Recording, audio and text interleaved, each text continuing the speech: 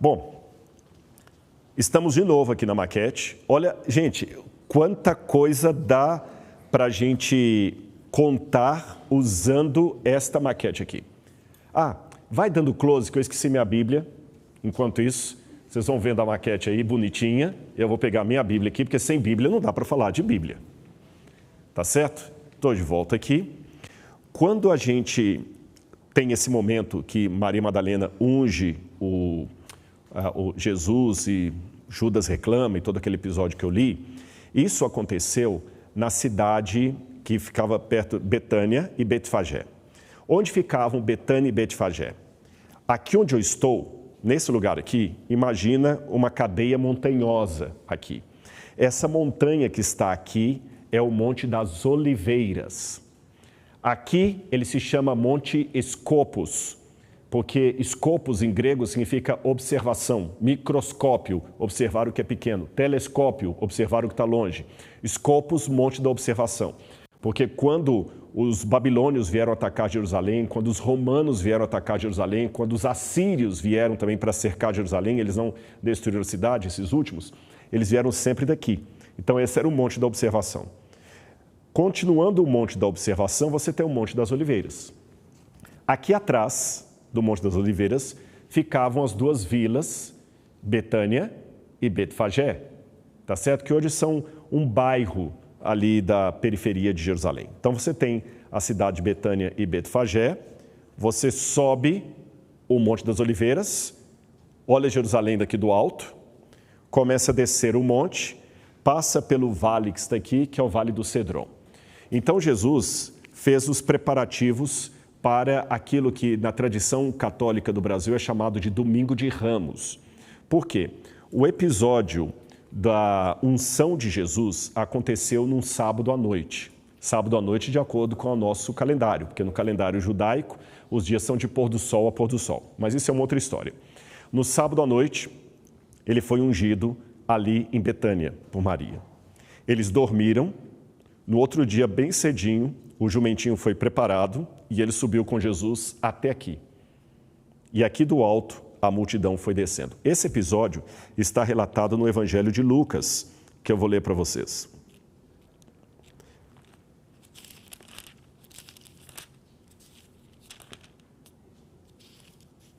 Então, vamos aqui. Eu vou ler para vocês aqui agora. Lucas, só um minuto, por favor.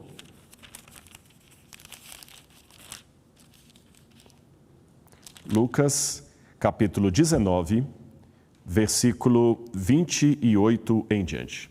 Então, eu vou ler para vocês e ele vai mostrando aqui. E depois de dizer isso, Jesus prosseguia a sua viagem para Jerusalém. E aconteceu que, ao aproximar-se de Betfagé e de Betânia, junto ao Monte das Oliveiras, Jesus enviou 2 dos seus discípulos, dizendo-lhes: vão até a aldeia que fica ali adiante, e ao entrar, encontrarão preso um jumentinho ao qual ninguém ainda montou. Desprendam o jumentinho e o tragam aqui. Se alguém perguntar por que estão desprendendo, respondam assim: porque o Senhor precisa dele. Você viu a informação bíblica?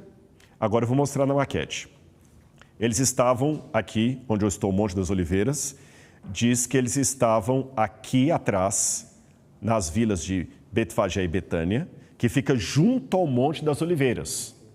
Percebe? Então, Jesus começa a subir o Monte das Oliveiras e aqui do alto ele vai ver a cidade de Jerusalém. E por que Jesus entrou em Jerusalém no jumentinho? Tinha um significado especial isso. De acordo com a cultura do Antigo Oriente Médio, quando um rei vinha em situação de guerra, ele vinha montado a cavalo. Quando ele vinha em situação de paz, ele vinha num jumentinho. Interessante isso, né? Por essa é a razão pela qual, quando Davi foi mandar ungir Salomão como rei de Israel, Davi falou: montem Salomão na minha própria jumenta. Então é diferente da nossa cultura. Na minha cultura ocidental, na sua cultura ocidental, a gente pensaria assim: poxa, por que Jesus não entrou em Jerusalém num corcel puro sangue, um cavalo bonito? Por que num jumentinho? Parece uma coisa assim de jegue, né?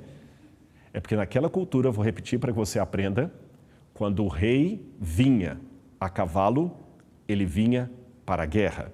Quando ele vinha montado no jumentinho, ele vinha em missão de paz.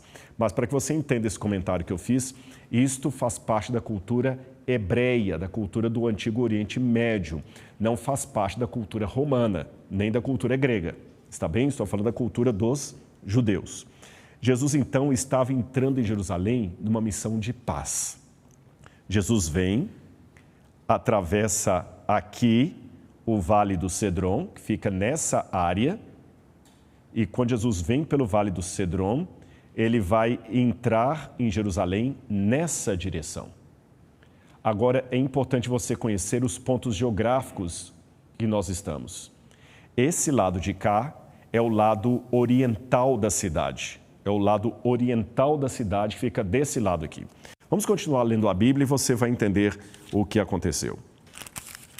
A Bíblia diz: então trouxeram o jumentinho, estou lendo o verso 35, até Jesus, e pondo as suas vestes sobre o animal, o ajudaram a montar. À medida que Jesus avançava, as pessoas estendiam suas capas no caminho. E quando Jesus se aproximava da descida do Monte das Oliveiras, toda a multidão dos discípulos começou com grande alegria a louvar a Deus em alta voz por todos os milagres que tinham vindo. Veja, quando Jesus estava descendo do Monte das Oliveiras, então ele passou aqui por cima, ele começou a descer agora o monte, o Vale do Cedron. E ele vai então chegar na cidade de Jerusalém pelo lado oriental. Isso aqui é uma coisa muito importante, esse detalhe do lado oriental. Continuando a leitura. E diziam: bendito é o Rei que vem em nome do Senhor, paz no céu e glória nas maiores alturas. O mesmo texto é narrado também por Mateus e por Marcos, e eles trazem alguns detalhes a mais que Lucas. Por exemplo, Mateus diz que as pessoas começavam a colocar as vestes pelo caminho, à medida que Jesus ia passando, e alguns começaram a subir em árvores, provavelmente tamareiras, e arrancar ramos dessas árvores e estender no chão. Aqui eu tenho que fazer uma correção ao imaginário popular. Muitas pessoas, talvez até por causa da cultura popular brasileira, do Domingo de Ramos, imaginam que as pessoas ficavam sacudindo os ramos na mão à medida que Jesus passava, como se estivessem saudando a Jesus. Mas o Evangelho de Mateus diz que elas pegavam os ramos para forrar o chão. O que significa isso? Lembra que algumas pessoas tiravam a capa e forravam o chão para que Jesus pudesse passar com o jumentinho como se fosse um rei?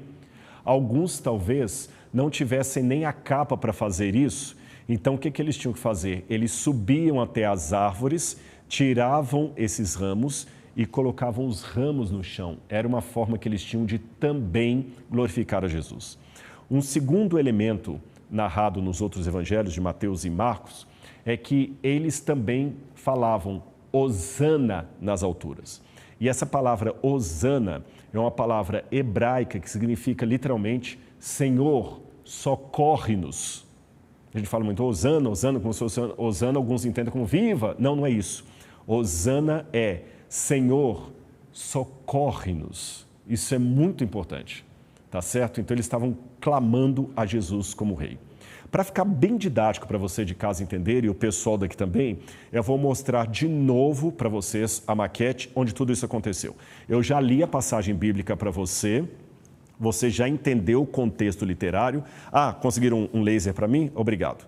Então agora eu vou mostrar isso dentro da maquete, tá bem? Então, novamente lembrando, aqui de onde eu estou, o alto do Monte das Oliveiras. A pessoa vai descendo e eu vou apontar com laser.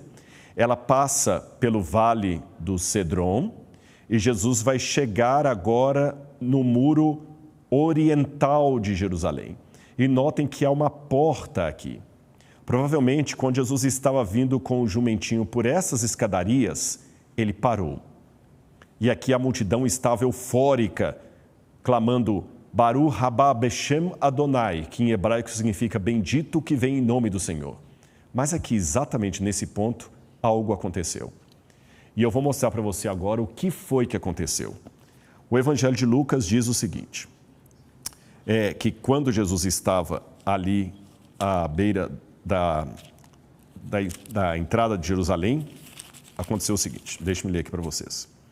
Alguns dos fariseus, estou lendo o verso 39, alguns dos fariseus lhe disseram em meio à multidão, Mestre, repreende os seus discípulos.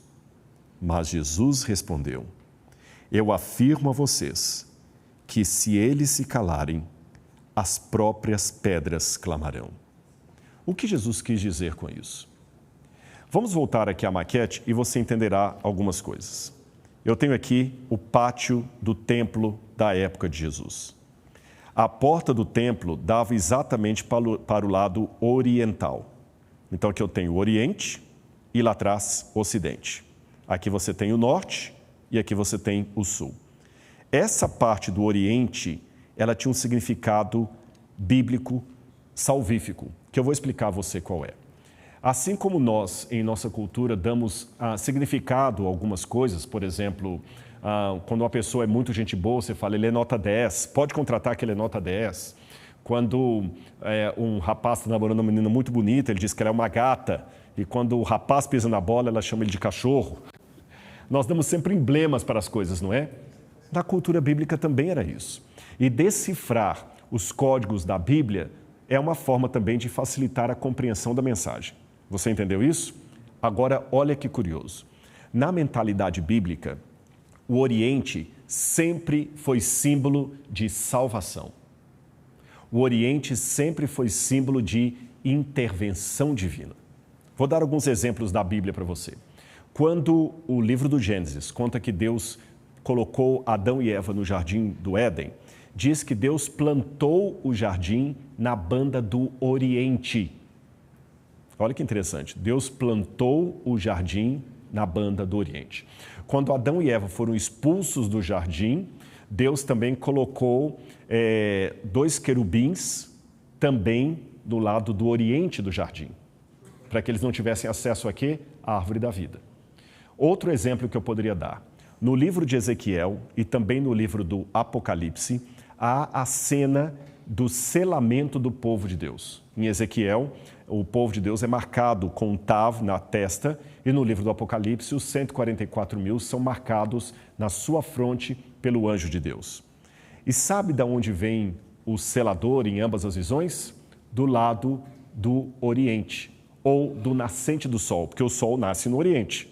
Então, quando a Bíblia fala lado leste, oriental ou nascente do sol, está falando do mesmo ponto geográfico. Outro exemplo que eu posso dar para você é do Apocalipse. Quando fala da batalha final, da intervenção de Deus para terminar com a maldade no mundo, a batalha do Armagedon, a Bíblia diz que o rio Eufrates ficou seco para que se preparasse o caminho dos reis que vêm do lado do Oriente, isto é, trazendo a salvação. E mais um texto que eu queria mostrar para vocês. Jesus também, quando falou da sua vinda, da segunda volta à terra, Jesus falou, porque assim como o relâmpago que sai do Oriente e se mostra até o Ocidente, assim é de ser a vinda do Filho do Homem. Então, em várias passagens da Bíblia, o Oriente sempre é mencionado como sendo o símbolo da salvação. Na literatura judaica também, nos manuscritos do Mar Morto, no Talmud, em outros textos judaicos, nós temos clara esta simbologia do Oriente atrelado à intervenção divina, à salvação. E não para por aí. Os judeus sempre esperavam que o Messias viria do Oriente para entrar em Jerusalém. Do Oriente, o Messias viria. Inclusive, tem uma passagem aqui do livro de Zacarias que nos diz isso também. Vou abrir para vocês aqui, só um minutinho. Zacarias. Opa, abri e fechei de novo. Zacarias, quando fala da vinda do Messias a Jerusalém, diz o seguinte, eu vou ler aqui para vocês.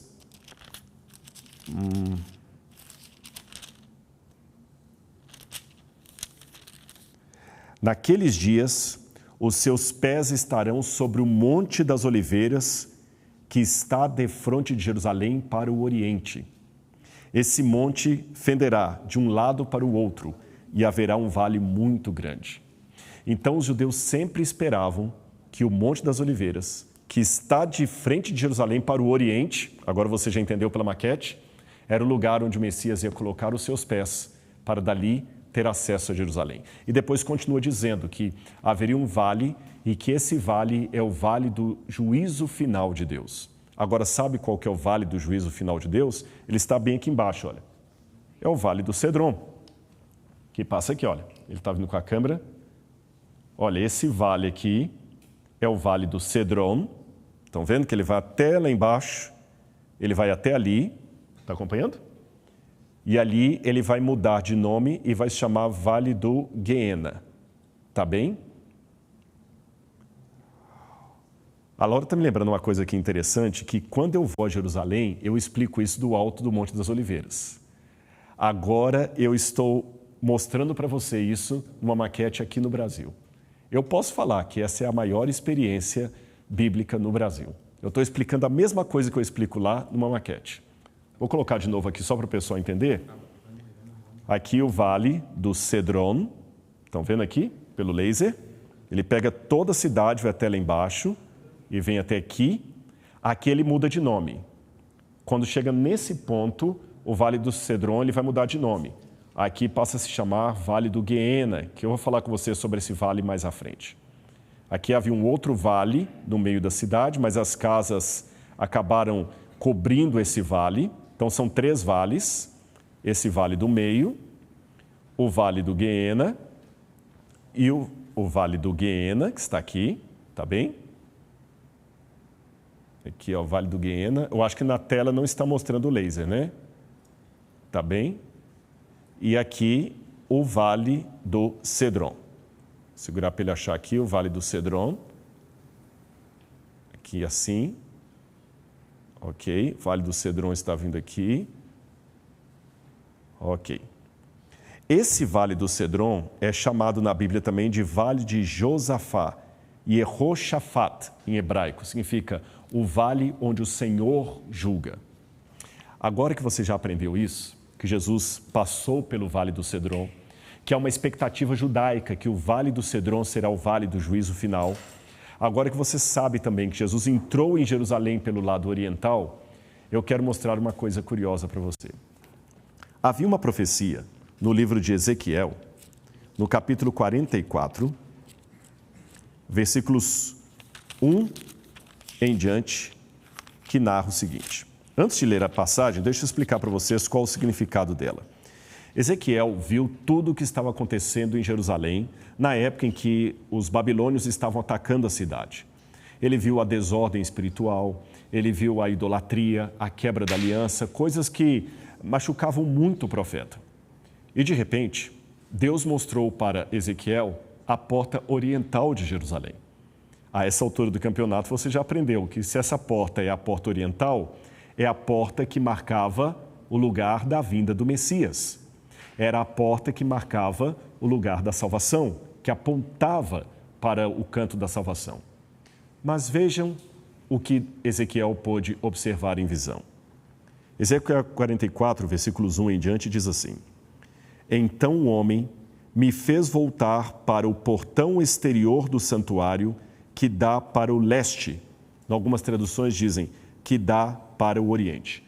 Vou mostrar para vocês aqui. O santuário está aqui. Vamos ver aqui então. Já está mostrando lá na tela?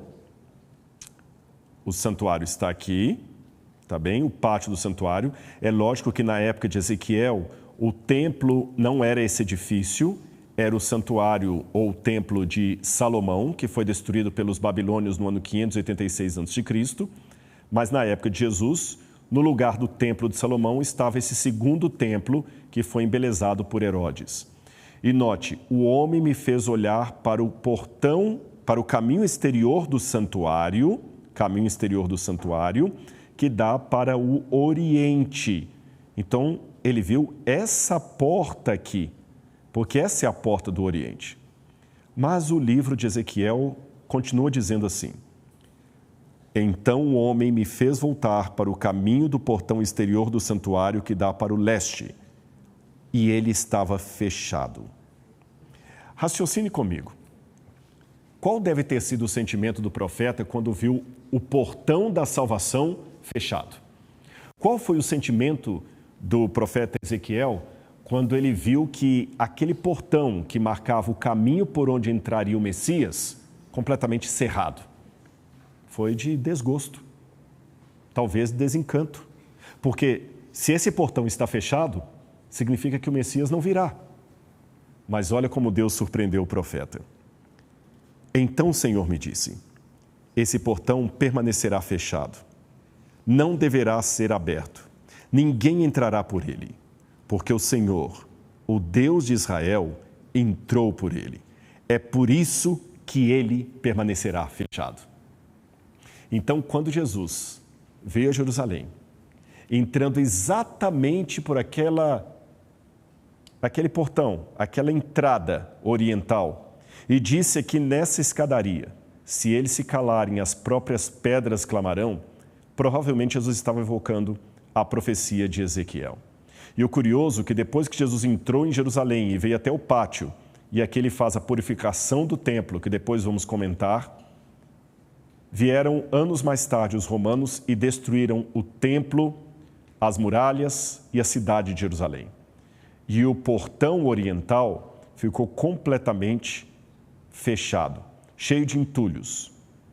Mais tarde, em 1548, na época do século XVI, na época do Império Otomano, Suleiman, o Magnífico, queria fazer novas muralhas para Jerusalém. E o que Suleiman fez? Ele aproveitou alguns alicerces da muralha da época de Herodes, que ainda estavam em pé, e em cima desse alicerce ele construiu uma muralha do século XVI. Em outras palavras, quando você vai hoje à famosa Cidade Velha de Jerusalém, você vê aqueles muros da Cidade Velha, que na verdade não são da época bíblica, são da época do século XVI, construídos por Suleiman, o Magnífico, que era do Império Otomano. Só que esses muros, em grande parte da sua geografia, eles estão construídos em cima dos muros da época bíblica. Então imagina aqui que a base da minha Bíblia, a minha Bíblia servindo de base, são restos do muro da época bíblica. E aqui em cima construiu-se o muro que nós vemos até hoje, ali do período da Idade Moderna. Agora, olha que curioso. Quando Suleiman ia abrir uma porta linda ali para dar acesso aos muçulmanos até o local do Domo da Rocha e da Mesquita de Al-Aqsa, alguém cochichou no ouvido do soberano, não faça isso. Por quê? É que existe uma profecia muito antiga dos judeus que o Messias entrará por esse portão com um poderoso exército. Sabe o que Suleiman fez? Ah, é? Pois vou mostrar que sou mais poderoso que esse Messias. Para impedi-lo de entrar, eu quero que vocês coloquem tijolos no portão que eu ia fazer. Nem vamos inaugurá-lo. E, além disso, vou colocar na frente desse portão um cemitério muçulmano. De modo que o Messias, por ser um sacerdote judeu, não pisará num cemitério. Então, quem vai hoje a Jerusalém vai poder ver do alto do Monte das Oliveiras a muralha da cidade e acima da porta pela qual Jesus passou, aqui você vai poder ver um número, como se fosse o número 3 deitado, tá bem? Aqui, como se fosse um M do McDonald's, vamos dizer assim, e aqui em cima está uma porta até hoje fechada, que nem chegou a ser inaugurada, e aqui nós temos um cemitério muçulmano. Então, onde eu estou mostrando aqui, alguém perguntou a questão da altura, aqui está a altura atual de Jerusalém, de modo que tudo que está abaixo do laser aqui era da época de Jesus, mas está hoje debaixo da terra. Então, a porta pela qual Jesus passou está bloqueada, cumprindo Ezequiel 44, 1 e 2. E até a porta que fizeram por cima também está bloqueada. Aliás, eu quero vir até aqui o auditório, pode ser, dá uma olhadinha na caixa de vocês, os cartões postais que vocês receberam. Você em casa também, pegue, vou contar para vocês uma coisa, na caixa tem entre os presentes também cartões postais. As fotos foram a Laura que tirou. Mas como os cartões postais estão sortidos, pode ser que algumas saíram com essa mesmo. Posso pegar aqui? Não, não é essa. Não é essa. Essa é da escadaria. Essa aqui, olha, deixa eu colocar no close aqui, nessa aqui, ó. Tá vendo essa? Ó. Vamos ver o foco aqui. Aqui. Pronto. Vou mostrar essa foto aqui que a Laura tirou. Posso tirar já aqui? Vou mostrar onde é que ela estaria na maquete aqui agora. Ó. Vem comigo aqui, ó. Vou até colocar a foto no local. Aqui, ó. Essa foto equivale a isso aqui, ó. Então, vou colocar aqui a foto do lado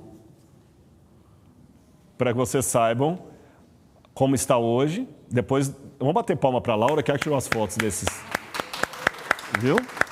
Descobri mais um talento da minha esposa, fotogênica. Fotogênica não, ela é fotogênica também. Viu? Tá bom? Aí aqui, o que era antigamente, o que é hoje. Mas eu quero uma outra foto aqui. Se alguém tem uma foto de uma porta que parece que tem um M de cabeça para baixo aqui. Quem quer essa aqui? Seu, né? Deixa-me ver se alguém tem uma que tem... Será que aqui ninguém veio? Eu posso aqui andar perto do... Vamos ver se alguém tem. Deixa eu ver aqui se alguém tem a foto. Não, nessa não teve. É que as fotos foram aleatório, viu, gente? Ela tirou várias fotos, foram mais de 80 fotos. E, né, deixa eu ver se o seu tem. Meu tá igual. Tá igual dos outros? Nossa, mas olha que coincidência ruim. Nenhuma que tem. Deixa eu ver se na minha tem. Será que na minha caixa tem? Camille foi olhar. Oi. É aqui, a dela tem. Que pronto, achei aqui, ó. É sim, tá aqui, ó. Vou dar o close aqui. Vamos lá. Tchan, tchan. Olha aqui. Estão vendo? Está pegando foco. Sim, não perca o foco. Vocês estão vendo que aqui em cima tem... Aqui, ó. A porta parece ter um 3 deitado. Eu vou até chegar mais perto, que posso... Será que está ruim aqui, ó? Vai perder o foco. Vou pegar nessa aqui, ó. Fechado vai ficar melhor. Deixa eu pegar o foco. Olha lá. Vocês estão notando que no meio tem uma torre e parece ter um 3 deitado? Essa aqui é a porta que Suleiman construiu, que a gente brinca que é o primeiro McDonald's do mundo, não é brincadeira. Que o Suleiman construiu e essa entrada, estão notando que é uma entrada que nunca foi inaugurada. E abaixo dela está a porta de Jesus. Vamos colocar isso na maquete aqui também para o pessoal de casa poder entender? Olha aqui. Então, hoje, aqui, do lado de cá, olha aqui, ó. Quem hoje for a Jerusalém vai ver exatamente isso aqui, ó. E hoje atrás aqui você tem o Domo da Rocha, que é aquela cúpula dourada de Jerusalém. Então, você está vendo aqui, olha, a porta que Jesus entrou, tá bem? Está abaixo da porta atual. E o mais curioso disso tudo aqui, deu para ver aí? O pessoal de casa está acompanhando? Tá claro? Então, muito bem. Muito obrigado aqui. Eu quero só contar uma coisinha para vocês antes. Olha como é que, uma coisa impressionante da soberania divina. Eu que agradeço a sua gentileza. Olha uma coisa interessante da soberania divina, pessoal. Câmera 2 aqui comigo. Quando Deus determina uma coisa, até aqueles que não estão nem aí para Deus, acabam cumprindo os desígnios de Deus. Como eu sou arminiano e não calvinista, eu acredito no livre-arbítrio. Então, eu acredito que Deus tem uma maneira divina de fazer com que até aquele que é empedernido cumpra o desígnio de Deus sem infringir o livre-arbítrio dele. Tem uma parábolazinha que contam por aí, não sei se vocês já ouviram, e eu vou contar só para descontrair um pouquinho você que está em casa. Dizem que uma vez, num programa de rádio, com o título Alguém Ajuda Alguém, estava ali o locutor falando assim, agora estamos aqui no programa de rádio Alguém Ajuda Alguém, na sua rádio Pão Pereré com a voz do Brejo. E você pode ligar para a gente aqui, ligue para nós, telefone 226-5266 e você pode agora ajudar alguém. Se você está passando por um problema, rádio ouvinte, é só ligar aqui para a nossa central, você conta, nós vamos colocar você no ar e alguém do outro lado da cidade poderá ajudar você. E as pessoas ligavam para lá, para o locutor, né? Um falando que precisava de um emprego, outro precisava de uma caixa de cimento para construir a casa dele, outro precisava de um lote, outro precisava de uma guia, cada um pediu uma coisa. E um belo dia nesse programa tinha um sujeito crente que ele estava na casa dele passando muitas provações. Desempregado há meses, assim, endividado, com problemas. Ele falou, meu pai, o que eu faço? E ele orando, e ele estava ali com o radinho ligado e comendo um pouco de arroz requentado e o último ovo frito que ele tinha feito. O arroz, o ovo frito e um pouquinho de tubaína sem gás. Era o almoço dele. E ele ouvindo o rádio ali, falou, Senhor, você podia tanto me ajudar. Aí ele pegou e falou o seguinte, eu vou ligar para a rádio. A última coisa que ele tinha, alguns créditos no celular. Eu vou ligar para lá. Ligou, a rádio atendeu. Aí o locutor, com aquele jeito, lembra as rádios FM antigas, né? E aí, meu amigo, você que está ligadinho com a gente agora, nós vamos colocar no ar agora o Noraldino de Freitas. Noraldino, qual o seu problema, Noraldino? Aí o Noraldino falou, muito obrigado por ter me atendido. Meu problema é o seguinte, eu sou crente, eu creio em Deus, eu tenho muita fé. Mas parece que Deus está me provando porque eu estou desempregado, estou passando problema, não tenho o que comer. Eu estou comendo aqui o resto do arroz requentado e o último ovo frito. Eu precisava pelo menos de uma cesta básica para mim, assim, alguma coisa que pudesse ajudar e pelo menos para pagar meu aluguel e tudo. Mas é claro, meu amigo, você está aqui na Rádio Pão Perereco no programa Alguém Ajuda Alguém. Nesse momento, se alguém aí do outro lado da cidade quer ajudar o Noraldino, por favor, entre em contato aqui com a nossa equipe, que nós vamos dar o endereço do Noraldino e você vai poder ajudá-lo. E diz a história que do outro lado da cidade havia um satanista. E ele queria, de toda maneira, burlar com os crentes. Ele falou, ligou para a rádio, pegou o telefone do crente, o endereço, e falou assim, eu vou comprar uma senhora cesta básica para ele, com tudo de bom e do melhor. Vou preencher um cheque bem gordo para ele pagar uns 3 meses do aluguel dele. Mas eu vou falar com ele que foi Satanás que deu. Eu quero ver se ele vai aceitar ou não. E foi com aquele semi-sorriso. Pegou o carro, bateu lá na casa. Noraldino? Sim, sou eu. Eu vim porque a rádio falou do seu caso, eu liguei para lá, me deram o seu endereço. Está aqui, olha só, a cesta básica, vim trazer. Nossa, que bom, Deus seja louvado, agradeceu a Deus, aquela coisa toda. E começou a tirar as coisas de dentro do carro, né? E o camarada falou, eu vou deixar ele colocar tudo lá dentro para eu dar o bote. Né? Aí o satanista só olhando, ele botando tudo lá dentro. Colocou tudo que o camarada colocou e tudo do bom do melhor. E mais um pouco. O camarada até um cheque para você aqui, tudo mais. Nossa, muito obrigado, vai me ajudar uns 4 meses do aluguel aqui. Nossa, obrigado, senhor, obrigado. Calma, meu amigo. Você não vai perguntar quem foi que te mandou esse aqui? Já esperando ele perguntar quem, para falar, foi Satanás, né? Você não vai me perguntar quem que mandou trazer isso aqui? Ele falou, não, nem preciso, porque quando o Senhor ordena, até o diabo obedece. Eu sei que é apenas uma anedota, mas ela é válida para que nós aprendamos que Deus, Ele é soberano. Se de repente você está passando por alguma dificuldade na sua vida, lembre que Deus é soberano. Não importa o que você está passando. Eu sei que você veio aqui para ter conosco uma noite cheia de informações arqueológicas, falar da Bíblia, mas também uma noite espiritual. Porque eu não sei, nós temos milhares de pessoas conosco nesse momento, em vários lugares. Nós estamos recebendo já as mensagens de vocês. Há também pedidos de oração, pelos quais nós vamos orar depois. Mas saiba, Deus é soberano. Eu sei. Às vezes na vida, o caminho para o paraíso parece um inferno. E o caminho para o inferno parece um paraíso. Mas Deus está com você. Como esteve na história da humanidade. Quando Jesus entrou em Jerusalém, poucos dias depois, ele seria crucificado, morto, sepultado e, antes disso, humilhado. Mas ele entrou como filho de Davi. Um Davi que também passou por problemas e dificuldades. Um Davi que errou, um Davi que precisou de perdão. Um Davi que teve a sua história marcada pelo sofrimento, mas também pela presença de Deus. Eu vou pedir o Igor agora, que é um dos funcionários aqui do museu, um dos nossos professores também, pesquisadores aqui, para explicar para vocês um pouco sobre esse Davi, que a Bíblia menciona, que Jesus também cita como sendo o Messias, o filho de Davi. Quem foi Davi à luz da história? Igor, é com você. Oi, tudo bem com você? Eu sou Igor Lebranc, sou historiador e trabalhador aqui no MAP. Como a maior parte dos nossos estudantes são cristãos, é possível que você nunca tenha se questionado a respeito da existência do rei Davi. Mas a realidade é que, entre os pesquisadores, a sua existência, a sua historicidade só foi comprovada nos anos de 1990. Quando pensamos nas questões históricas sobre Davi, devemos nos lembrar sobre a sua importância para a história de Israel.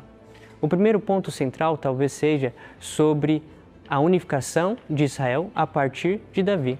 Se você se lembra, em 2 Samuel capítulo 5, os líderes de Israel se reúnem em Hebrão para ungir e coroar Davi como rei. A realidade é que o reino estava extremamente fragilizado, mas Davi é aquele responsável por unir, por trazer um legado histórico de identidade para o povo de Israel. Quando pensamos sobre a historicidade do rei Davi, é importante nós destacarmos a sua relevância para a história de Israel. Em 2 Samuel capítulo 5, nós observamos todos os líderes das 12 tribos se reunindo em Hebrom para ungir Davi sobre rei de Israel. Dessa forma, ele começa um reinado unido, onde ele traz identidade espiritual principalmente para o povo de Israel. Ele não somente permitiu ou colocou Jerusalém como centro religioso e político de Israel, mas ele também se destacou por preservar a memória da aliança do Deus vivo com o povo. Isso ele fez também através dos Salmos, vários cânticos que demonstram a preocupação espiritual com a nação de Israel. Além disso, nós devemos lembrar que Davi é importante para a descendência messiânica. Afinal, Isaías e os profetas declaram que, através da linhagem dele, que o Messias viria. Ao lermos Mateus 1, versículo 1, no livro da genealogia de Jesus Cristo, filho de Davi, filho de Abraão, o Novo Testamento inaugura retornando à aliança, testificando a evidência genealógica de Jesus Cristo a partir da linhagem davídica. As fontes extrabíblicas traz credibilidade aos relatos históricos que nós temos mencionados no texto bíblico, às vezes trazendo pontos de convergência ou divergência, perspectivas às vezes distintas e às vezes semelhantes. No Museu de Arqueologia Bíblica, nós temos em exposição, no período do Ferro, 2 artefatos em especial que diz respeito sobre a história de Davi, ou a historicidade do rei Davi. O primeiro artefato é a inscrição de Tel Dan, encontrada na região norte de Israel. Uma inscrição ou uma estela, na verdade, são como uma espécie de documentos históricos que registram os grandes feitos de governadores, reis. Ali eles colocam as suas grandes conquistas, às vezes, na maioria delas, falando sobre as suas vitórias. A inscrição de Tel Dan, encontrada ao norte de Israel em 1993 por Aram Biran, ela traz o relato de um rei arameu contando as suas vitórias sobre outros povos. É interessante destacar que entre as linhas 7 e 9, ele faz uma menção um pouco distinta. Ele diz mais ou menos assim: eu matei Jeorão, filho de Acabe, rei de Israel.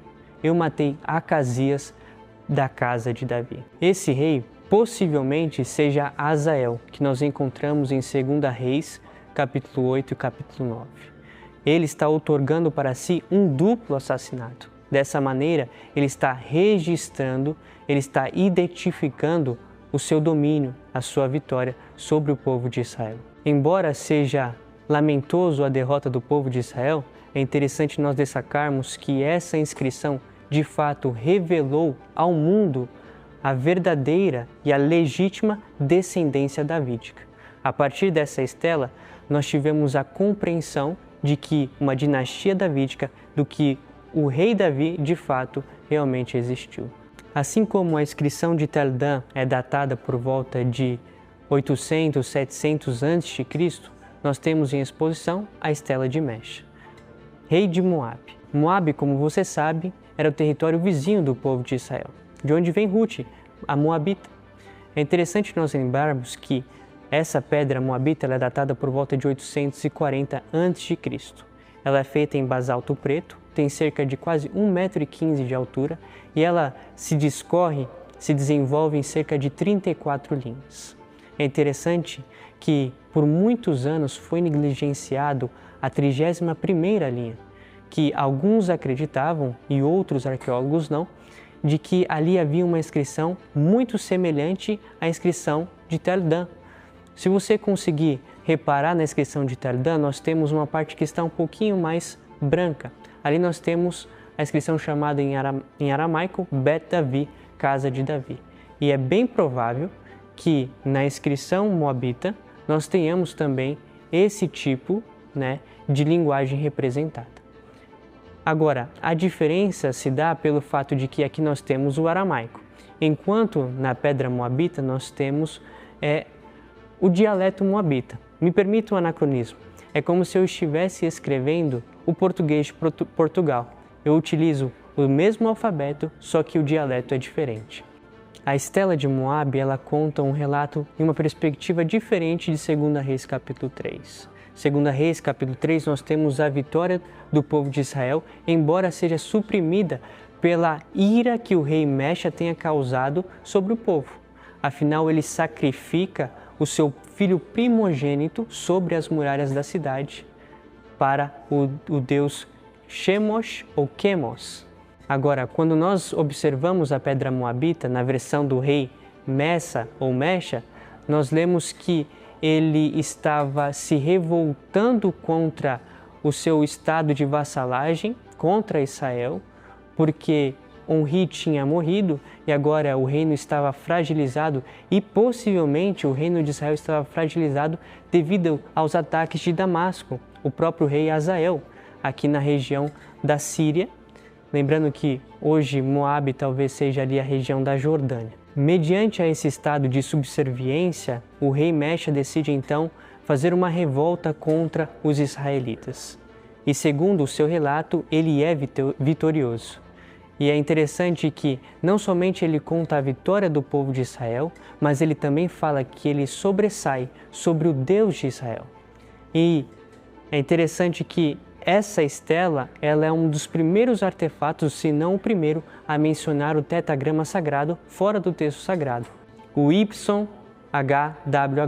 Yahweh ou Adonai. Bom, se você quer saber mais sobre esses dois artefatos tão importantes para o estudo da arqueologia bíblica, você precisa assistir à série Tesouros do MAB, disponíveis na plataforma, a Bíblia Comentada e no YouTube. Eu fico por aqui, mas continue com a gente, pois há muito mais o que viver numa noite no museu. Muito obrigado, Igor. Eu fiquei feliz de ver a sua explicação, porque sucesso sem sucessor não sucede. E toda a equipe que trabalha aqui são jovens pesquisadores que têm energia, que têm vontade, que têm garra. Isso nos deixa muito felizes. Que Deus seja louvado por isso. Eu quero aproveitar e falar uma coisa importante para vocês, que o pessoal me avisou ali agora no intervalo. Aqueles que querem participar do sorteio têm que correr, porque vão ter vários sorteios, viu? Não é só um, não. Na verdade, eu só dei um livro até agora aqui, né? Você tem que preencher o seu formulário e você tem 10 minutos, na verdade, 9 minutos e 50 segundos, 9 minutos e 40, para você fazer isso aqui agora, porque em 10 minutos eles vão fechar os formulários e aí você não vai mais poder participar. Então, corre agora, já preenche tudo direitinho ali para você participar dos sorteios, no plural, que nós teremos aqui. Vamos voltar para a maquete? Eu acho que essa maquete está muito didática para a gente continuar aqui, né? Vamos então aqui agora falar um pouquinho sobre o que acontecia no templo. Vou pegar aqui o laser que eu esqueci. Já peguei aqui, não tem problema. Eu volto aqui, ele vai me acompanhando. Aqui, então, nós temos o templo da época de Jesus. Deixa eu explicar um pouquinho como é que funcionava esse templo. Você tinha aqui o pátio do templo, tá bem? Esse aqui onde o laser está apontando era o pátio. Tanto judeus quanto gentios, isto é, não judeus, podiam vir ao pátio do templo para adorar a Deus. Mas somente judeus podiam passar por essa mureta que havia aqui. Estão vendo que do lado do templo tem toda uma mureta aqui. Somente judeus podiam passar por esse lugar. Os não-judeus deveriam ficar aqui. E também havia uma divisão entre a corte dos homens e a corte das mulheres. Mulheres e homens não adoram ao mesmo tempo, no mesmo lugar, na cultura judaica e também na cultura islâmica, que seria forjada séculos depois. Por quê? Bom, é uma questão cultural. Aqui eu não vou nem endossar, nem criticar, vou apenas descrever. Na compreensão deles, se a mulher for adorar junto com o homem e a mulher for muito bonita, ela pode distrair a atenção do homem. Então, por isso que quando você vai a Jerusalém, no Muro das Lamentações, por exemplo, as mulheres oram de um lado, os homens oram do outro. Se você vai a uma sinagoga, os homens oram de um lado, as mulheres oram do outro. Nós cristãos não temos esse hábito, pelo menos as igrejas cristãs ocidentais. No Oriente é diferente. As mulheres e os homens ficam juntos, aliás, eu acho até bonito. Casais na igreja ali, famílias, são questões culturais diferentes. Não é uma questão doutrinária. Ficou claro isso para você? Mas era assim naquela época e continua sendo até os dias de hoje. O que mais que nós temos aqui? Aqui era onde ficava, nesse prédio maior, o equivalente ao lugar santo e santíssimo do antigo santuário. Aqui você tinha a porta de Nicanor e aqui você tinha uma escadaria onde os sacerdotes que tinham os cânticos especiais do templo faziam um coral para cantar aqui, os famosos salmos dos degraus. Aqui você tinha toda esta coletânea de colunas, essa colunata que você está vendo aqui de fora a fora. E daqui a pouco eu vou falar o que essa colunata funcionava. Provavelmente, alguns acreditam que aqui poderia ser o comércio de Jerusalém. Há uma outra possibilidade, que o comércio ficasse aqui atrás. Não sei se a câmera vai conseguir pegar aqui. Aqui embaixo dessa escadaria, você tem também algum ponto ali, ok? Não sei se aqui o laser está apontando bem. Então, aqui também alguns pensam que o comércio poderia ser aqui. Então, nós temos, na verdade, duas hipóteses. Que o comércio podia ser nas colunatas do lado de dentro, naquelas escadarias do lado de fora, ou, quem sabe, em ambos os lugares. Qualquer um desses dois lugares pode ter sido o sítio original onde Jesus esteve com um chicote expulsando os vendilhões do templo. Eu vou explicar sobre isso daqui a pouquinho. Mas antes eu quero falar de um outro edifício anexo ao templo, que também é importante para entendermos tudo isso. É esse edifício aqui. Ele é chamado de Fortaleza Antônia. Aqui era um lugar onde a guarda romana sempre ficava ali fazendo a troca da guarda, vigiando o que acontecia em Jerusalém. Aqui era uma fortaleza militar romana. Se houvesse qualquer tumulto no templo, os soldados romanos sairiam imediatamente daqui e conseguiriam cercar todo o templo com a milícia de soldados. E o lugar que realmente era um barril de pólvora, se eu posso dizer assim, era o templo. Lembram do episódio que eu falei com vocês dessa pequena mureta que separava o acesso dos judeus e dos não-judeus? Essa mureta era chamada de Soreg. Esse era o nome dela. Inclusive, os arqueólogos encontraram fragmentos dessa mureta e em alguns deles havia uma inscrição em grego que dizia assim: se você não é judeu e ousar atravessar esse muro, você está convidando a morte sobre si. Forte, né? Imagina se na igreja tivesse um lugar e falasse assim: se você não é membro dessa igreja e passar daqui para cá, você está pedindo para ser morto. Era assim que funcionava. Inclusive, no livro de Atos dos Apóstolos, é dito que Paulo, certa vez, foi a Jerusalém e como ele também já estava sendo procurado ali para ser morto, ele, para evitar problema com os judeus, rapou a cabeça, fez votos, fez tudo bonitinho para que não houvesse nenhum problema. E ele estava acompanhado de um jovem da cidade de Éfeso chamado Trófimo. Trófimo era judeu.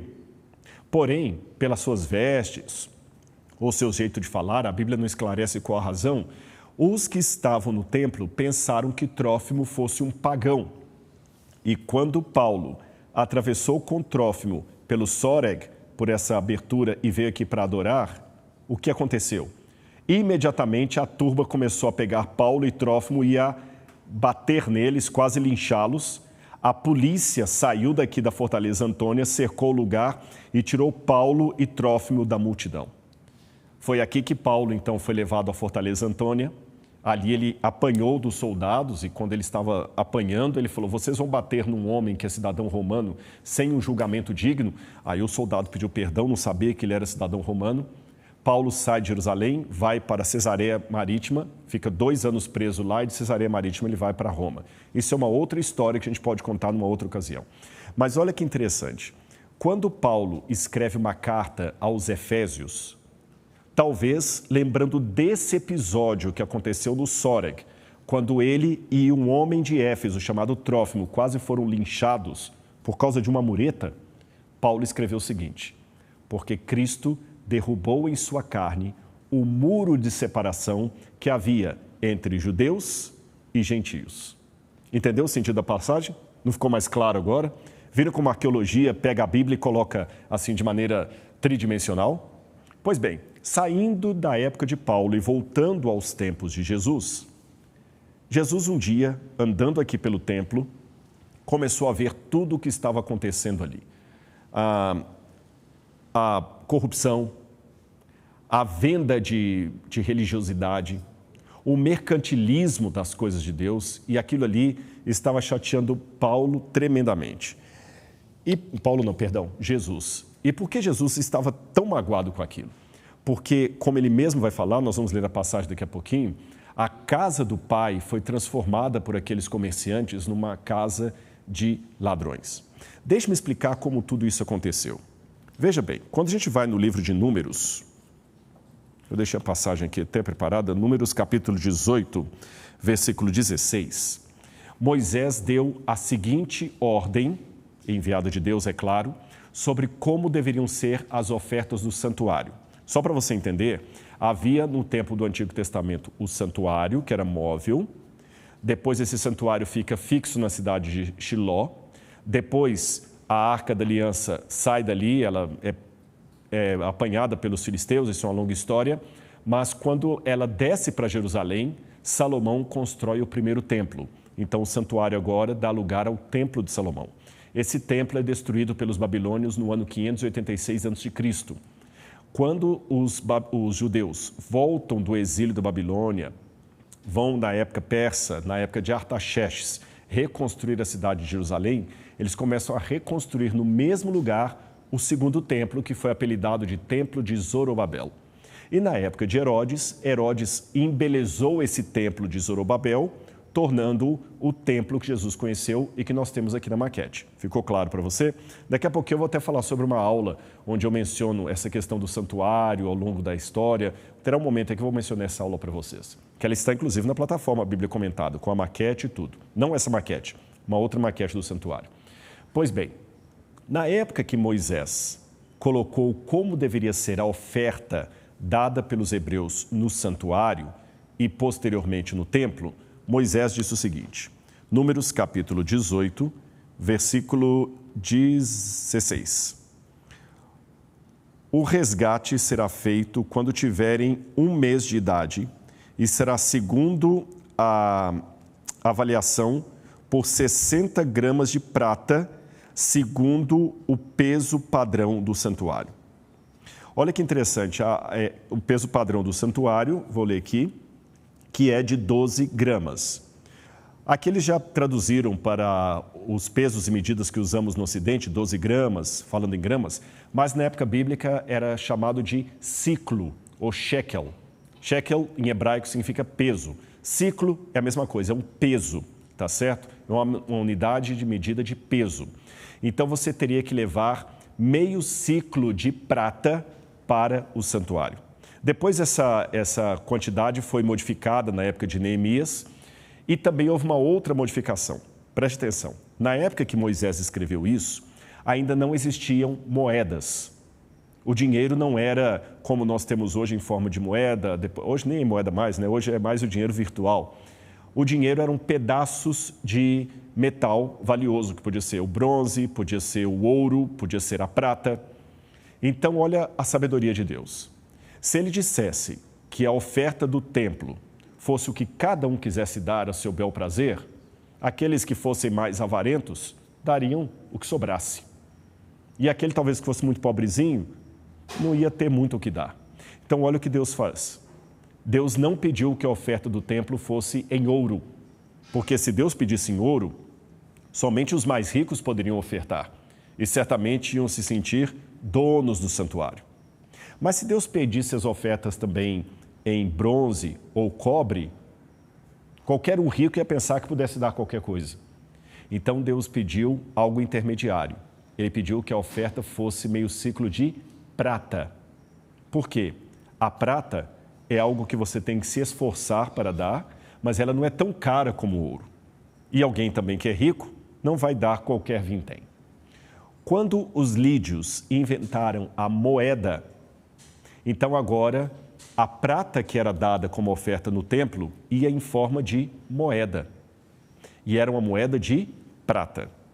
Na época de Jesus, havia um paradoxo entre os administradores do templo, os saduceus. Por quê? Por um lado, os saduceus não eram descendentes legítimos de Arão.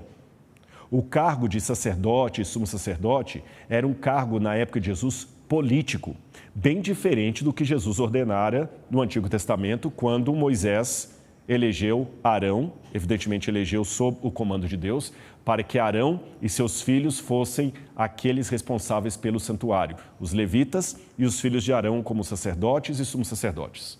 Na época de Jesus, ninguém estava nem aí para a ascendência levítica ou mesmo a arônica. O cargo de sacerdote e sumo sacerdote era um cargo político.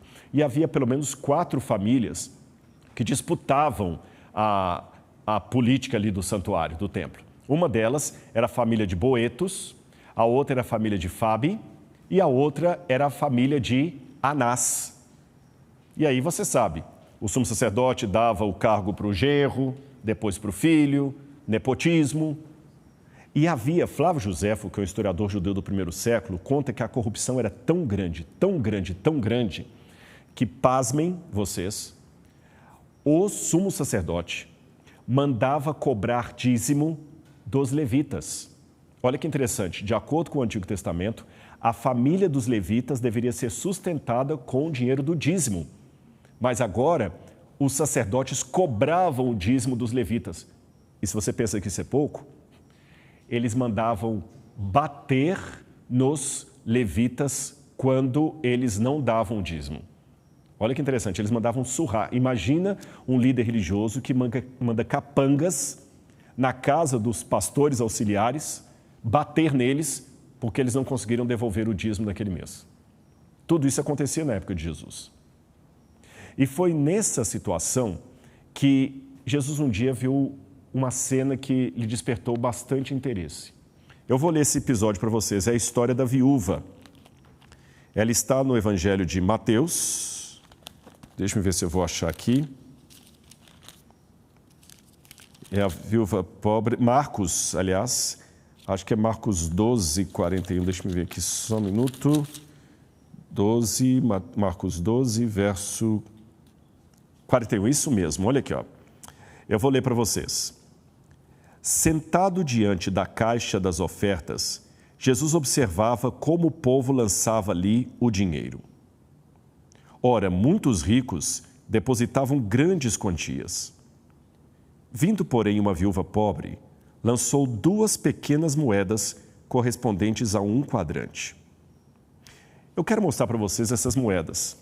Eu vou pedir alguém que traga para mim aqui, eu deixei separado já moedas originais. Eu tenho a moeda da viúva. Vamos mostrar na câmera aqui? Ok, essa aqui é a da viúva. Traz a câmera aqui, vou mostrar Essa moeda aqui é o quadrante, tá certo? Ou meio quadrante. 2 moedas dessa dariam um quadrante. Ela também é chamada de lepton. Deixa eu mostrar aqui, ver se consegue pegar a imagem da moeda. Assim, isso. Tá vendo que tem uma estrela nela? Essa aqui é uma moeda de Alexandre Janeus. E essa estrela que está marcada na moeda era uma estrela que marcava a esperança judaica de um Messias. Isso é interessante. Do outro lado da moeda, às vezes, ela tem uma âncora. É uma moedinha muito simples. Agora eu quero compará-la, até, Adri, será que dá para ver do outro lado? Olha aqui do outro lado, a âncora que eu falei com vocês, que também é um símbolo messiânico. Deixa eu ver lá no retorno. Olha aqui. Consegue ver em casa? Olha lá. Isso aqui é uma moeda original daquelas que estavam na época de Jesus. Essa moeda aqui era um vintém. Ela não tinha um valor de compra muito grande. Era uma moeda barata, tá certo? E eu quero comparar essa moeda agora com a moeda de prata que deveria ser dada no templo. Vamos pegar aqui, Dri, essa aqui eu queria colocar as 2 na sua mão, se possível. Essa, grande. Na verdade, eu queria pegar o meio shekel. Esse aqui, isso. Vou mostrar para vocês. Isso. Qualquer coisa, eu vou pegar uma luva aqui também e vou ajudar a Adriana, porque fica mais fácil de manipular. Ok. Ó, você em casa está vendo aqui, olha. Essa aqui, nós temos, então, vou colocar uma do lado da outra. Essa moeda aqui é o meio shekel de prata que era dada no templo. Estão vendo aqui, ó, a maior? E essa aqui é a moeda da viúva. Eu vou mostrar para vocês o shekel inteiro do templo, que seria esse aqui maior. Vamos botar as três aqui, só para o pessoal ter uma noção de tamanho. Não, essa aqui é do mesmo. Não, na verdade, nós não temos o shekel maior. Não tem problema. Olha aqui.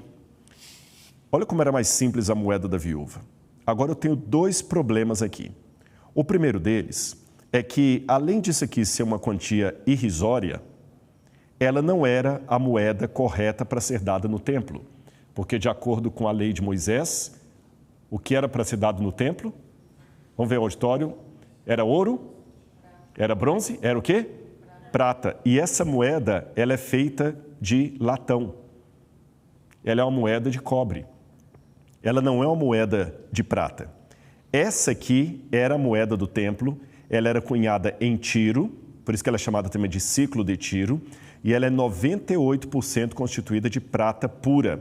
Por isso que os sacerdotes do templo exigiam que apenas essa moeda poderia ser usada no templo. E aqui até uma curiosidade, ela tem uma águia de um lado, não sei se consegue ver aqui, uma águia até meio borrada. Alguns acreditam que os judeus faziam a águia um tanto borrada. Deixa eu mostrar assim, acho que é mais fácil. Vamos ver aqui. Alguns judeus até acreditam que eles faziam a águia borrada de propósito. Consegue ver a águia aí? Que eles borravam a águia para poder não parecer que era uma imagem de escultura. E o rosto também do rei Melcart, que está aqui do outro lado. Deixa eu só virar aqui, ó. Assim, porque ele está de cabeça para baixo aqui. Pronto. Aqui também nós temos o rei Melcart, que era o rei de Tiro. E o rei Melcart, ele também era borrado de propósito. Eu vou fazer o seguinte, coloca essa aqui do lado, vai ficar mais fácil de eles... Essa aqui, ó. Essa. Eu vou pedir a Adriana para colocar duas moedas aqui e vocês vão entender. Ó. Uma tem o rosto do rei muito bem preservado. Olha aqui. Tá vendo? E a outra tem o rosto do rei borrado. As duas são o shekel do templo. Mas olha o jeitinho judaico. Para não transgredir o mandamento que diz não farás para ti imagem de escultura, alguns historiadores, não é uma unanimidade isso, mas é uma hipótese, trabalham com a teoria de que os judeus borravam o rosto do rei para não falar que eles estavam colocando uma imagem no templo. Mas exigiam que apenas esse tipo de moeda, o shekel do templo, pudesse ser usado para as ofertas no templo. Muito obrigado. Então, olha o que acontecia. Deixa eu tirar a luva aqui. Obrigado, Adriano. Agora que você já viu em casa as moedas, você vai entender. Eu vou ler de novo isso aqui para vocês. Eu vou passar aqui para a câmera 3, que agora que você viu o que eu acabei de mostrar para você, olha que interessante. Sentado diante da caixa de ofertas, Jesus observava como o povo lançava ali o dinheiro. Ora, muitos ricos depositavam grandes quantias. Quantias, evidentemente, de quê? Quantias de quê? De prata, moedas de prata. Vindo, porém, uma viúva pobre, lançou 2 pequenas moedas correspondentes a um quadrante. A moeda de latão que eu mostrei para vocês, que também era chamada de lepton. Lepton. Tecnicamente falando, aquela mulher errou, porque ela levou para o santuário uma moeda que não era de prata. Mas olha que curioso. E chamando os seus discípulos, Jesus disse: em verdade lhes digo que essa viúva pobre lançou na caixa de ofertas mais do que todos os outros ofertantes, porque todos deram daquilo que lhes sobrava. Ela, porém, da sua pobreza, deu tudo o que possuía, todo o seu sustento. Está preparado agora para conhecer o significado disso? Olha como acontecia no Oriente Médio e ainda há reverberações disso até hoje. Quando a mulher se casava, havia vários dotes que seriam pagos. E um dote principal era o dote pelo casamento dela. Eu vi que você falou assim, dote? Era a moeda do dote. Deixa eu explicar para você que está em casa essa questão do dote. Eu sei que principalmente as mulheres hoje, num momento assim tão feminista que a sociedade atravessa, podem falar assim, poxa, que desrespeito com a mulher pagar dote para casar com mulher, mercadoria que comprou no açougue, no mercado. Não é assim que eles raciocinavam. Tanto é que eu lembro uma vez no Egito, na Universidade do Cairo, eu estava conversando com 3 moças estudantes ali, elas querendo saber do Brasil, do mundo ocidental, e para eles a nossa cultura é tão estranha como a deles para nós.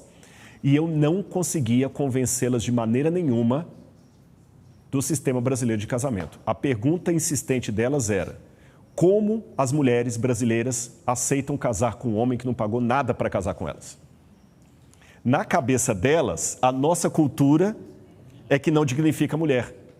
Porque coisas caras não vêm de graça. Na cultura do Oriente Médio, a filha é uma joia que o pai cuida. E uma joia sem retorno. Eu vou explicar a vocês por que sem retorno. Na nossa cultura, o meu filho, será neto do meu pai e também do meu sogro. Mas na cultura do Antigo Oriente Médio, o filho do filho é meu neto. O filho da filha é neto do sogro dela, não meu.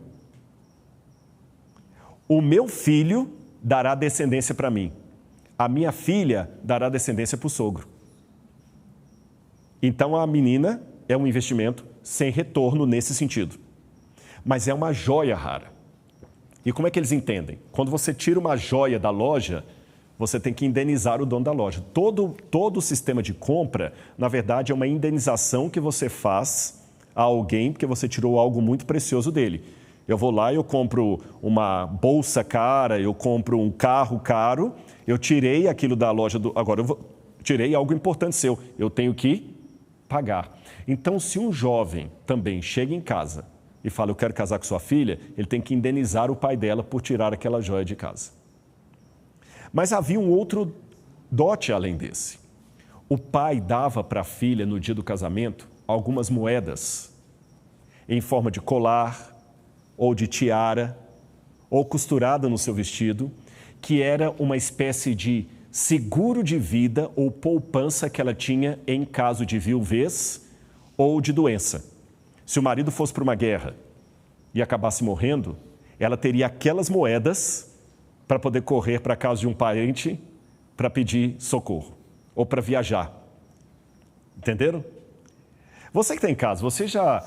Esses detalhes que eu estou apresentando da Bíblia, você já imaginava isso? É importante para mim ter o feedback de vocês, tá bom? Eu quero que você deixe no chat aí. Eu estou dando informações que você já leu na Bíblia e não tinha ciência desses detalhes. Enquanto eu estou explicando aqui, sua informação no chat é importante. Manda sua foto também aqui, tá? Eu quero ver você e sua família. Depois nós vamos colocar algumas fotos de vocês aqui. Mas vamos continuar, tem mais um exemplo. Lembram da parábola da mulher que tinha 10 moedas e ela perdeu uma e varreu a casa desesperada? Por quê? Aquela moeda que a mulher perdeu era muito importante para ela. Era parte da poupança dela. Noutras palavras, aquela mulher viúva, que Jesus falou que ela deu todo o seu sustento, por ser viúva, a única coisa que sobrara para ela era o dinheiro do dote. Compreenderam? Por isso que Jesus falou que ela deu tudo que possuía. Agora que vocês já aprenderam isso, vamos voltar para a maquete, que eu ainda quero apresentar mais um detalhezinho que eu deixei de propósito para falar agora. Olha que curioso. Vocês já estão aprendendo em casa e repetição é uma coisa que faz sentido. Então vamos lá. Nós temos aqui o pátio do templo, fortaleza de Antônia, onde os soldados ficavam, e em algum lugar aqui, onde havia o pátio das mulheres e dos gentios também, Jesus estava observando as pessoas colocando o seu dinheiro. Talvez o cofre do templo ficava aqui, perto da mureta do Soreg. E Jesus viu aquela mulher depositando as suas moedas. Já que eu falei da corrupção do templo, uma coisa importante também de vocês entenderem é que a pessoa, quando vinha a Jerusalém, ele trazia várias moedas. Só que ele tinha que trocar as moedas no cambista pelo shekel do templo. Então, se você vinha de Jerusalém trazendo moedas de bronze, moedas de outra categoria, você tinha que chegar... Só esperar a câmera vir aqui, vamos lá? Quero falar isso para vocês aqui, vamos lá. Bom, eu falo aqui na 3 então, enquanto eles estão ajeitando lá. Então, câmera 3, ok. Enquanto a pessoa vinha a Jerusalém com as suas moedas de prata, ou mesmo que não fosse a do shekel do templo, fosse de prata, mas prata, por exemplo, um denário, por exemplo, ou um estáter grego, ou uma moeda de outro país, ou mesmo as moedas judaicas, porque havia moedas judaicas. Ele tinha que chegar com aquela moeda, ir até o cambista e trocar as moedas dele pelo shekel do templo. Todo mundo entendeu isso? Agora vocês já viram as moedas? É como se você fosse para os Estados Unidos e lá, como é dólar, você tem que levar o seu dinheiro e trocar por dólar. Se você vai para a Europa, você leva o seu dinheiro e troca por euro. Então ele chegava até o templo, trocava o dinheiro dele pela moeda do templo. E depois que ele pegava a moeda do templo, é que ele poderia, com aquela moeda do templo, comprar a oferta dele, a ovelha, que ele não podia trazer de casa, tinha que ser a ovelha de lá do templo, aquela do tanque de Betesda. Ele comprava a ovelha e dava a oferta dele. É lógico que aquela corrupção toda que eu falei com vocês, que havia das famílias sacerdotais, levava a uma falta de honestidade tremenda. Era muito alto justamente o controle, como fala agora o rate, fugiu agora a palavra, me ajudem. A conversão, a cotação. Então eles colocavam a cotação como eles bem entendiam e os sacerdotes faturavam com aquilo ali. Foi por isso que Jesus, irritado com aquela situação, não irritado no sentido humano de alguém que perdeu a paciência, mas demonstrando a própria ira de Deus. Vamos voltar para a maquete aqui. Jesus pega um chicote e em 2 possíveis lugares. Vamos lá. Pode ter sido aqui, esse aqui é um possível lugar, porque aqui nós temos restos de várias lojas da época de Jesus. Aqui nós temos restos de várias lojas da época de Jesus. Aqui nós temos uma escadaria que dava acesso a uma porta. Essa escadaria era usada pelos sacerdotes, pelos administradores do templo. Então, esse episódio de Jesus purificando o templo pode ter acontecido aqui ou pode ter acontecido aqui dentro do pátio, talvez nessas colunatas aqui. O fato é que a Bíblia diz que Jesus pegou um chicote e começou a derrubar as mesas dos cambistas, dos cobradores ali. Vamos ler essa passagem? Mateus capítulo 21, versículo 12, se eu não me engano, diz assim. Isso mesmo, olha. Jesus entrou no templo e expulsou todos os que ali vendiam e compravam. Derrubou as mesas dos cambistas e as cadeiras dos que vendiam pombas e disse-lhes: está escrito, a minha casa será chamada casa de oração, mas vocês estão fazendo dela um covil de salteadores. Curioso, não é? Pessoas que estavam transgredindo a lei de Deus com aparente preocupação com a lei de Deus. Viu como é importante essa questão de aprender o contexto da Bíblia? Agora, de nada adianta a gente falar essas histórias se a gente não fizer uma aplicação para hoje. Por isso que a plataforma A Bíblia Comentada, ela tem várias temáticas ali além da Bíblia. E nós temos, inclusive, um curso ali na plataforma que ensina a relação entre a Bíblia e o dinheiro. E como é que você pode administrar com sabedoria aquilo que Deus dá a você. Então, se você tem acesso à plataforma, você vai poder dar uma olhadinha ali. Aliás, eu indico a você, se você tem acesso à plataforma, dê uma olhada nesse texto, nesse curso, a Bíblia e o Dinheiro, e aproveite também os ensinamentos ali para aplicar a sua própria vida administrativa, porque cuidar bem das nossas finanças também é uma maneira de adorar a Deus. Agora, produção, o que nós temos agora em seguida? Tá, temos uma pergunta da plateia. Já, a pergunta está aí ou vamos fazer com eles aqui? Então tá. Então, podem pegar a caixa. Estou me orientando aqui para vocês pegarem a caixa. Tá, mas a pergunta vem antes ou depois? Então, antes de vocês pegarem a caixa, vamos fazer uma pergunta então. Qual que é a pergunta da plateia? Cadê o microfone? Pode trazer aqui. Quem está com a pergunta, vamos lá. Priscila? Vamos lá, pode... Decorei, viu? Ganhou o livro. Professor, eu vou falar sobre Êxodo 34, 20, que vai falar sobre o resgate da jumentinha, né? Que o senhor falou que Jesus entra na cidade montado numa jumentinha. Tem a ver com Êxodo 34, 20, que fala que precisaria de um cordeiro para resgatar um jumentinho, que eu acho que esse jumentinho fala sobre nós, né? Sim. Na verdade, todas as vezes que a palavra resgate aparece na legislação mosaica, é uma maneira de lembrar que nós, estou falando agora em termos teológicos, para pecarmos, olha, veja bem essa frase, nós não precisamos pecar para sermos pecadores, basta nascer. Nós já nascemos entregues ao mal. Lembrem que o Antigo Testamento foi escrito antes de Jesus morrer na cruz do Calvário. Então, sendo assim, o preço da nossa salvação ainda não havia sido pago. Embora, é lógico, no plano de Deus, o Apocalipse fala do Cordeiro que já foi morto desde a fundação do mundo. Mas, no ponto de vista histórico, Jesus não tinha morrido. Então, todos nós que nascemos nesse mundo ainda estávamos com a dívida não paga. Então, por isso que várias ofertas do Antigo Testamento eram chamadas de resgate.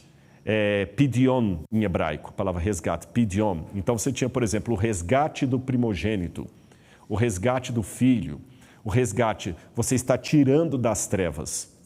O nosso caminho natural é ir para as trevas, então você resgata através de Deus. E quando fala do jumentinho, lembra que o resgate era feito também através de um cordeiro. Então, o símbolo da paz só pode vir pelo sacrifício do cordeiro. Tá certo? Esse é o sentido. E aproveitando o ensejo da sua pergunta, já que eu falei de cordeiro, já que eu falei de resgate, eu quero falar com vocês um pouquinho sobre Páscoa. Nós acabamos de ter a Páscoa há pouco tempo. Lembrando que, até eu respondi uma caixinha de perguntas sobre isso, a Páscoa, pelo calendário cristão ocidental, marcado especialmente pelas igrejas católica ocidental e a católica oriental, que seria ortodoxa, fixa a Páscoa no domingo, né? O segundo domingo, aquela coisa toda da questão da primavera. Mas na Bíblia, a Páscoa não estava atrelada ao dia fixo da semana. Na Bíblia, a Páscoa acontecia do dia 14 para 15 de Nissan, ou Aviv, que é o mesmo nome, é o nome do mesmo mês, o primeiro mês do calendário judaico, que daria ali por volta de março e abril. E uma coisa curiosa, daqui a pouquinho alguém vai explicar melhor a Páscoa para a gente, a professora Karina, mas eu quero só antecipar para vocês uma coisa. A Páscoa, até hoje, a maneira como os judeus a celebram é uma maneira formidável. Eu vou explicar a você com uma história, você que está em casa. Dizem que uma vez, pouco tempo depois da criação do Estado de Israel, um judeu estava sendo entrevistado por um locutor de rádio, numa rádio dos Estados Unidos. E o locutor estava intrigado em saber do judeu como é que eles conseguiam manter os seus valores, a sua identidade étnica, mesmo sendo um povo sem pátria. Lembre-se, antes de 1948, os judeus não tinham país.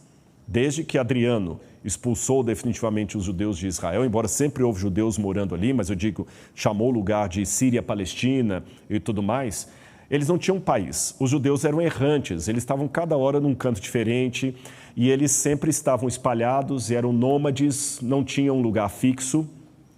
Então, ele perguntava como é que vocês conseguem conservar a sua identidade. Aí o judeu virou para ele e falou o seguinte: eu vou falar como é que nós guardamos a nossa identidade. O senhor é americano, não é? Sim. E eu me admiro que vocês, judeus que nascem aqui, falam que são judeus americanos, né? Exatamente. O senhor, como americano, qual que é a data mais importante da história americana? Aí o locutor respondeu. É porque judeu sempre responde uma pergunta com outra pergunta, né? Ele era o entrevistado, mas ele começou a perguntar para o outro. Aí o locutor falou: a data mais importante para nós é o dia 4 de julho de 1776, que foi a proclamação da independência dos Estados Unidos por George Washington e os pais da nação. Muito bem. Quem ensinou isso para o senhor? Foi minha professora na escola primária. E como vocês comemoram essa data? Bom, a gente solta fogos de artifício. É um dia de feriado, a gente aproveita que não tem aula, não tem trabalho, dorme até mais tarde, vai com a família passear, fica em casa. É assim. Deixa eu contar como é que nós, judeus, guardamos o nosso 4 de julho, que é justamente a Páscoa. Nós não nos limitamos a fazer disso uma matéria de escola. É a mãe e o pai que já ensinam isso para as crianças desde pequenos. Quando eles vão para a escola, é uma história que eles já aprenderam em casa. E quando chega no dia 14 para 15 de Nissan de cada ano, que pode cair numa terça, na quarta, numa quinta-feira, não necessariamente no domingo, nós em casa reproduzimos a experiência dos hebreus. Nós procuramos comer o que eles comiam, exceto o cordeiro pascal, que hoje não tem mais como sacrificar porque não tem um templo. Nós queremos sentir o cheiro que eles sentiam. Nós mastigamos a erva amarga para sentir o gosto que eles sentiam ali. Nós comemos o pão sem fermento para sentir o gosto que eles sentiram do pão naquela noite. Nós reproduzimos em casa a experiência do Êxodo, para que as crianças vivam como viveram aqueles que foram libertos. O locutor entendeu. Só essa diferença de comemoração entre a independência americana e a independência judaica da Páscoa já mostra como eles tinham uma outra maneira de reviver a história. É por isso que eu pedi vocês para abrirem a caixa, e quem está em casa também pode fazer isso conosco, porque nós temos aqui alguns elementos, não todos, alguns elementos que os judeus usam até hoje na Páscoa judaica. Eu tirei 2 aqui. Deixa eu cobrir aqui bonitinho. Olha aqui, você que está em casa, eu vou colocar na câmera 3 aqui, olha. E eu vou deixar vocês aí também experimentarem, tá? O que tem nesse saquinho aqui, vocês podem abrir. E aqui, o auditório, você que está em casa que conseguiu a caixa, você tem aqui um pão sem fermento, receita israelense, tá bom? Receita judaica. E já estão, assim, bem higienizados no plástico, que você pode experimentar o pão sem fermento. Inclusive, na caixa tem a receita desse pão sem fermento. Vocês já acharam aí, né? Que para mim não resolve muita coisa, porque eu não cozinho bem. Quem faz pão lá em casa é a Laura. E aqui, uma coisa interessante, que é uma pasta também que eles podem experimentar. Essa pasta é feita de tâmara. Sabe quando a Bíblia fala terra que emana leite e mel? É justamente o leite de cabra e o mel de tâmara, da tamareira. E essa pasta de tâmara aqui é justamente o que eles pegavam para representar o barro que os hebreus tinham que amassar para fazer os tijolos para os egípcios. E enquanto o pessoal aqui experimenta o gosto, nós vamos ter um VT agora que vai explicar um pouquinho mais sobre a Páscoa para vocês e o significado histórico dela com a doutora Karina Prestes, que é uma arqueóloga que trabalha conosco aqui no museu. Karina, é com você. Olá, sejam bem-vindos a mais uma noite no museu. É um prazer estar com vocês aqui nessa noite, falando de um assunto tão importante que é a Páscoa. O meu nome é Karina, eu sou professora aqui no NASP, também eu sou curadora aqui do MAB e dou aula de arqueologia e algumas outras matérias. Que bom que você está aqui com a gente hoje, a gente vai falar um pouco mais sobre a Páscoa. Você sabe de onde vem o nome Páscoa? A origem do nome Páscoa vem lá do livro de Êxodo, capítulo 12, verso 13, que fala assim: o sangue vos será por sinal nas casas em que estiverdes. Quando eu vir o sangue, passarei por vós, e não haverá entre vós praga destruidora, quando eu ferir a terra do Egito. Esse verbo, passarei por vós, é o verbo no original, na língua que foi escrita, o hebraico, é o verbo passar, da onde vem a palavra Páscoa, tá certo? Então, essa vem de uma história do povo de Israel que foi levado para o Egito. Depois de alguns anos, eles se tornaram escravos lá. E Deus viu o sofrimento deles e decidiu livrar eles com uma forte mão. Na história da Bíblia fala que Deus mandou várias pragas para libertar esse povo, para ver se o faraó que era o rei da época, deixava esse povo ir. E essa é uma das histórias muito milagrosas, muito bonitas que a gente tem no Antigo Testamento. E por conta disso, muitas pessoas questionam a historicidade desse relato bíblico, que está no livro de Êxodo.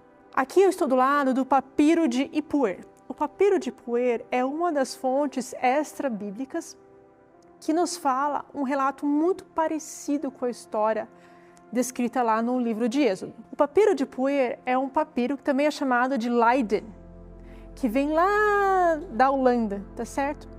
Aonde que ele foi achado? Foi achado por um senhor chamado Giovanni Anastassi. Ele era um cônsul da Suécia lá no Egito no começo do século XIX. No começo do século XIX, estavam achando várias coisas no Egito, várias antiguidades lindas. Por exemplo, a Pedra Roseta foi achada em 1798, poucos anos antes. Então agora esse cônsul está lá no Egito e começa a achar várias coisas. Uma dessas coisas que ele acha, ele não achou em si, mas ele comprou, foi o papiro de Ipuer, também chamado como Leiden, tá certo?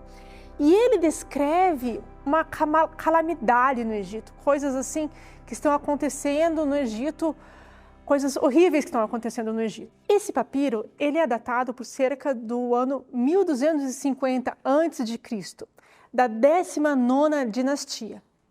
Algumas pessoas acham que tem uma composição original da 12ª dinastia do ano 1900, 700 anos antes do ano 1200. Mas o que a gente sabe é que o original desse documento é datado por cerca do ano 1200, tá certo? Então agora eu quero ler com vocês algumas frases que tem nele, para vocês verem a semelhança que tem entre esse papiro e o relato de Êxodo. E algumas pessoas dizem que não tem nada a ver, que está relatando uma outra coisa, é simplesmente uma propaganda imperial que o faraó fez. Mas eu vou ler e eu vou deixar vocês decidirem por vocês mesmos, tá certo? O que vocês acham? Então, começa com a história do rio se tornando sangue. No papiro fala assim: o rio é sangue, os homens se esquivam de provar, e sede de água. Ele também observa: essa é a nossa água, essa é a nossa felicidade. O que devemos fazer a respeito? Tudo é ruína, porque o rio se tornou sangue.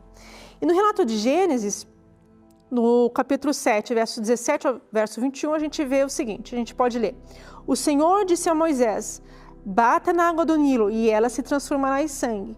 Os peixes do Nilo morreram e o rio cheirava tão mal que os egípcios não podiam beber sua água. Também fala de uma peste e a morte do gado em toda a terra. Então no papiro de Ipuer fala assim: a peste está em toda a terra, o sangue está em toda parte. Todos os animais, seus corações choram, o gado geme. E em Êxodo, no capítulo 9, versos 3 a 6, fala o seguinte: o Senhor enviará uma praga mortal sobre o seu gado. Todos os animais dos egípcios morreram, mas nenhum animal pertencente aos israelitas morreu.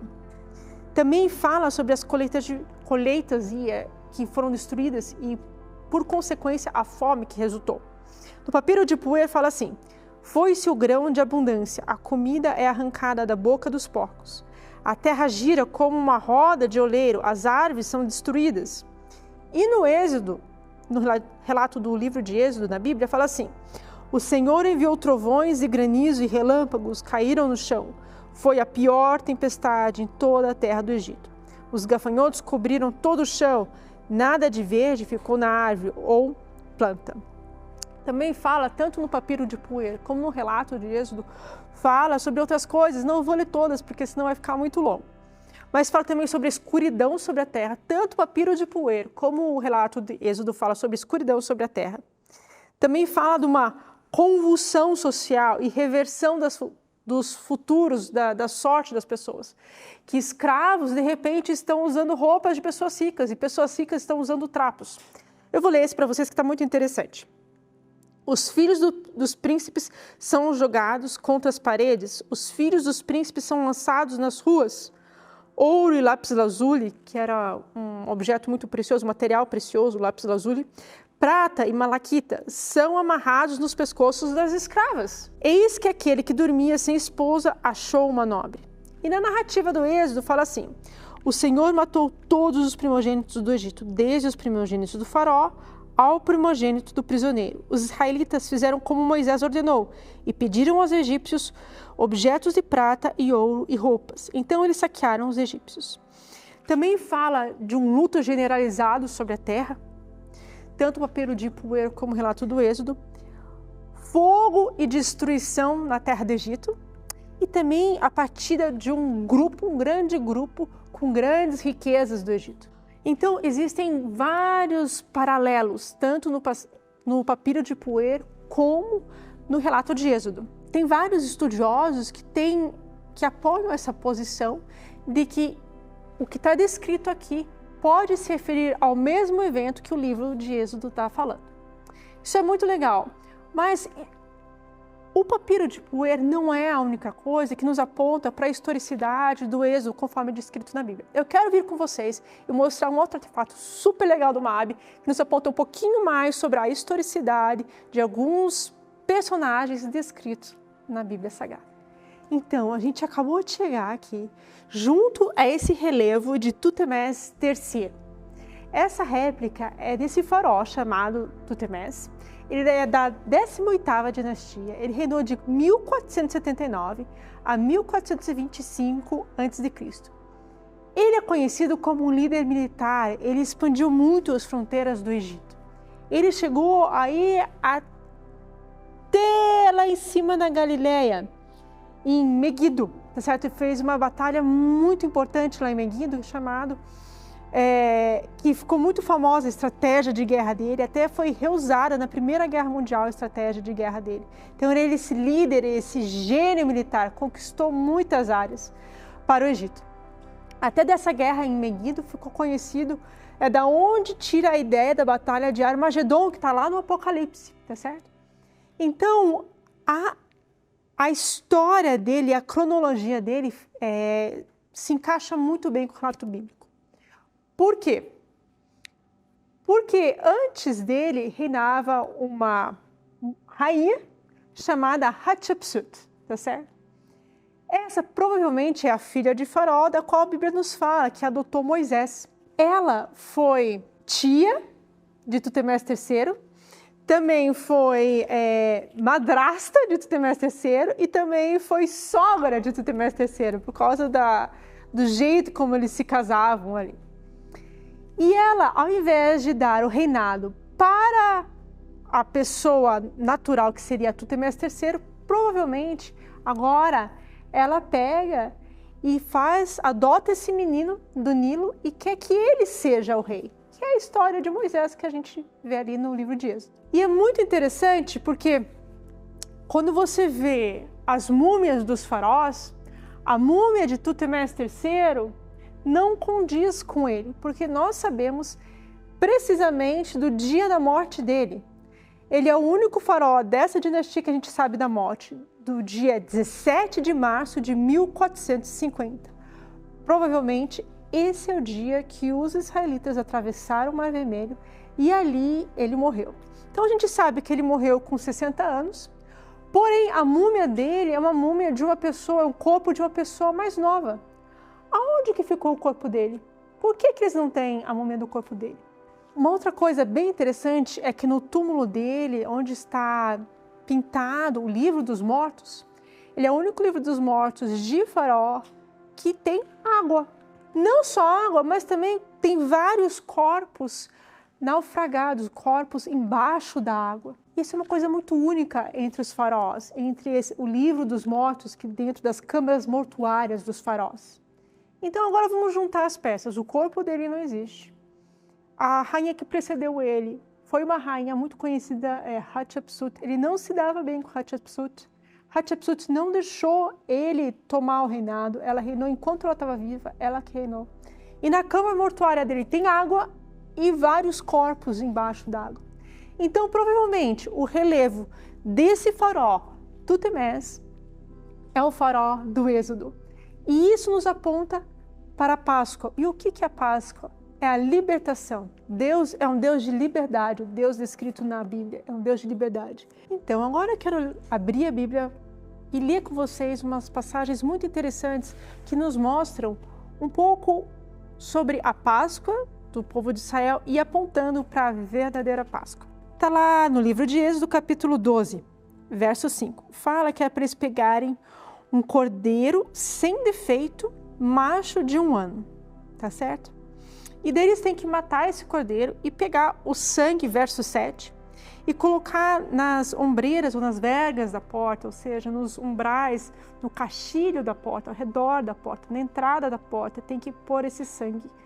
Que isso seria o sinal para o qual o anjo que viria destruir os egípcios não destruiria os israelitas. É interessante que aqui tem esses elementos nos apontam para um outro sacrifício. O sacrifício de Jesus, que é o Cordeiro de Deus que tira o pecado do mundo. Lá em João 1:29, João Batista nos fala desse Cordeiro. Vamos ler lá. João 1:29. No dia seguinte, viu João a Jesus, João Batista, que vinha para ele e disse: Eis o Cordeiro de Deus que tira o pecado do mundo. Então, assim como esse Cordeiro que foi sacrificado na Páscoa protegeu os israelitas da morte, o verdadeiro Cordeiro de Deus nos libertar, mas não de uma escravidão terrena, mas de uma escravidão do pecado. E o livro de Apocalipse fecha apontando Jesus como Cordeiro de Deus também. O livro de Apocalipse fala várias vezes de Jesus como Cordeiro. O nosso Cordeiro que tira o pecado do mundo, que nos liberta do pecado. Pense um pouco nisso sobre Jesus, nesse momento, e que Ele possa tocar o seu coração.